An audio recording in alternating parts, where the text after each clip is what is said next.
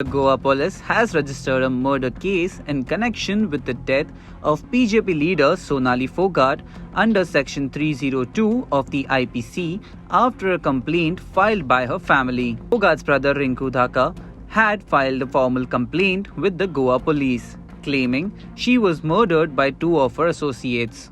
Postmortem तो हमें करवाना ही है, लेकिन हम सेटिस्फाई नहीं है यहाँ पर। हम रीपोस्टमार्टम जरूर करवाएंगे। कहाँ से? दिल्ली एम्स। एम्स क्यों लगता है आपको ऐसा? क्यों नहीं है, क्यों यहाँ हमारी कोई सुनवाई नहीं हो रही है। और जिस बीजेपी पार्टी में मेरी बहन सोनाली फोगाट इतनी समर्पित कार्यकर्ता थी और वरिष्ठ नेता भी थी, और आदमपुर विधानसभा से उन्होंने चुनाव भी लड़ा और पार्टी के लिए बहुत कुछ अपना समय दिया, लगभग पार्टी के लिए बहुत समर्पित थी। और उस दौरान यहाँ गोवा में बीजेपी सरकार है, तो यहाँ एमएलए और सांसद की तो छोड़िए, कोई एक बीजेपी का छोटा कार्यकर्ता भी हमारी मदद के लिए नहीं आया। पुलिस का सपोर्ट कहाँ है? पुलिस का सपोर्ट होता तो हमारी एफआईआर दर्ज होती।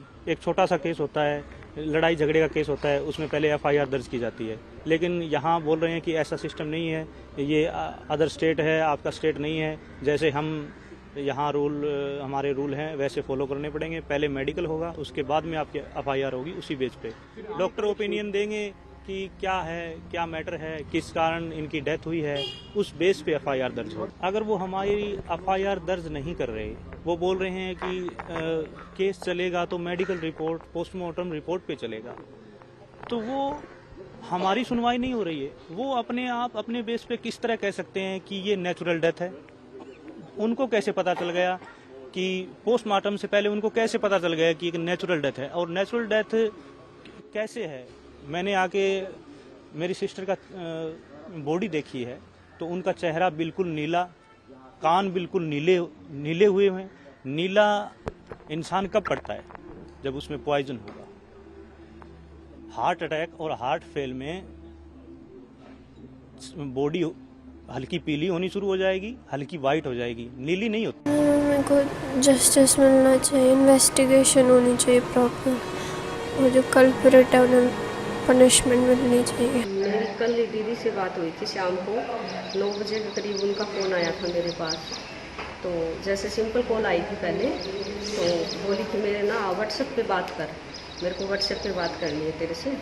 मैं ठीक है। फिर मैंने फ़ोन मिलाया, मैं खाना बना रही थी उस टाइम, तो बोली ठीक है माँ, हाँ ठीक हूँ।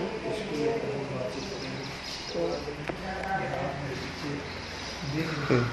फिर उसके बाद फिर यूँ बोली कि मेरे साथ है ना कुछ गलत हो रहा है क्या? मैंने यूँ लगा बोली मैं ठीक को नहीं, मेरे बहुत ज़्यादा प्रॉब्लम होने लग रही है क्या? तो माँ की बात होगी ऐसी। तो जब भी आवाज़ सुनाई दी किसी के कमरे मान की यूँ कोई जेंट्स था, जैसे आवाज़ आई उसकी, तो उस टाइम यूँ बोली कि मैं ना आके बात करूँगी तेरों का। माँ की बात होगी बता तो दे। बोली ना आके बात करूँगी, आके बताऊँगी इतना। फिर उस टाइम फिर मैंने भी यूँ सोचा खाना का टाइम ज़्यादा ही हो रहा, तो मैंने छोड़ दिया उस टाइम में। चलो ठीक है। बोली अमन जी है? माँ हाँ है, घर फ्री है। बोले मेरी बात करवा दे उनसे। फिर वो उनसे बात करने लगी, मैं खाना बनाने लगी। मैं सभी से अपील करती हूँ कि मेरी बहन के कभी हार्ट अटैक नहीं हो सकता, वो तो इतनी फिट थी। भी उसकी जाँच की जाए अच्छे ढंग से। कौन सी सीबीआई एजेंसी से? हाँ सीबीआई एजेंसी से उसकी जांच की जाए।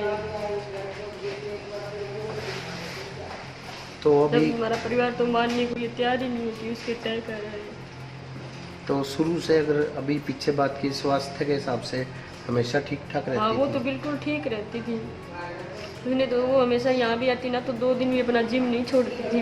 जिम ज्वाइन कर रखा था उसने। वो उसको कैसे अटैक आ सकता है? वो खाने पीने का इतना ध्यान रखती है।